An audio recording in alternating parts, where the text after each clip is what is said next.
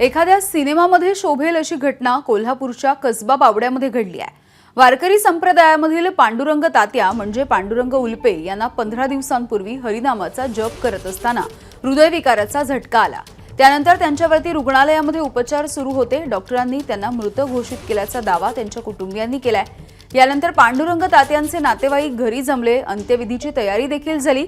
रुग्णालयामधून पांडुरंग तात्या यांना घरी घेऊन जात असताना रस्त्यावरच्या खड्ड्यांमुळे रुग्णवाहिकेला धक्का बसला आणि त्याच वेळेला पांडुरंग तात्या यांच्या शरीराची काहीशी हालचाल सुरू झाली।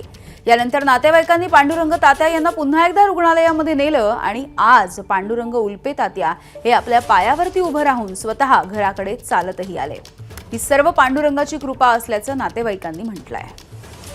बेडवरनं खाली पडलं ते जरा उलटी झाली। त्यासनी उलटी झाल्यानंतर तिने काय मग बेशुद्धी झाली। मग पहिला दवाखान्यात नेऊया, मग नेलदारांच्या दवाखान्यात नेलं।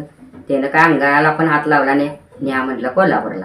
मग तिथं आणि मग काय आत पेशंटला दिल्यावर काय मग तिथनं पुढं त्यांचं त्यांनी ते बघितलं। आमच्या भाचीच्या मुलगीनं, भाचीची पोरं, पुतणी, ही सगळी शेजाऱ्यांची ते संघ सगळे आमच्या आलेली होते।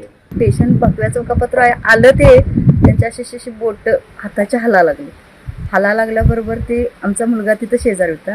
मग मुलगी आमची सिस्टर आहे, त्यामुळे तिला म्हटलं अगं दिदे ते बघ आजांची बोटं हलायला लागली। बोटं हलायला लागल्याबरोबर तर त्यामुळे मुलगीने आमचं नातू जावाई त्यांची म्हटली चला परत लाड हॉस्पिटलला आले। तिथं बघितलं तर ह्यांचं हृदय चालू झालं, पट्टी काढून बघितली हृदय परत चालू झालं। बंद पडलेलं पुरं गेलेलं हृदय चालू झाल्यावर त्यांनी म्हणते तुम्ही न्या, परत आम्ही DY पाटीलला नेलं। एबीपी माझा, उघडा डोळे बघा नीट।